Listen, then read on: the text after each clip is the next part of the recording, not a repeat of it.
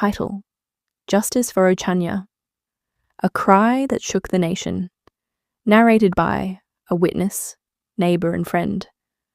I still remember Ochanya, a bright, soft-spoken 13-year-old girl with a smile that could melt your heart. She lived in Benue State, Nigeria, in a small community where everyone knew each other. She called me auntie, even though I was only a few years older than her. Ochanya was a student at the federal government college, Gaboko. She was loved by many, but behind that sweet face was a pain none of us could see. A pain caused by people who were supposed to protect her. The hidden abuse. Ochanya was staying with a family, the Ogbujas, because her own parents believed she would get a better education there.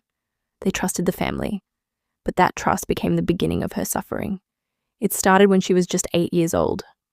The man of the house, Mr. Andrew Ogbuja, a lecturer at Benue State Polytechnic, began sexually abusing her. Later, his son, Victor Ogbuja, joined in. 2 grown men taking turns to destroy the innocence of a little girl.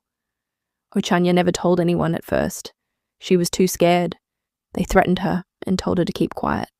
She would come to school quiet and withdrawn, sometimes sick, sometimes absent.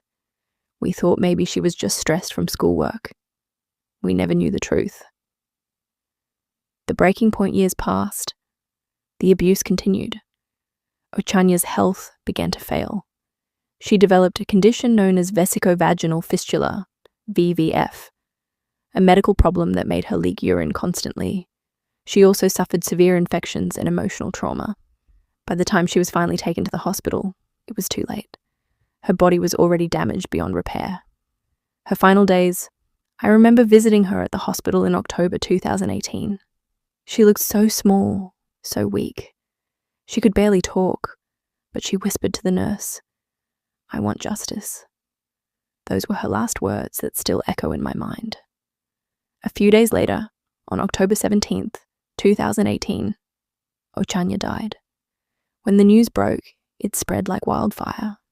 The whole community cried. People were angry. How could 2 men, father and son, do such evil to a child?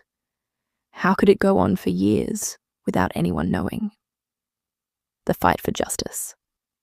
After her death, the story hit national news. Human rights groups, students, and women across Nigeria protested, shouting #Justice for Ochanya. The government was forced to act.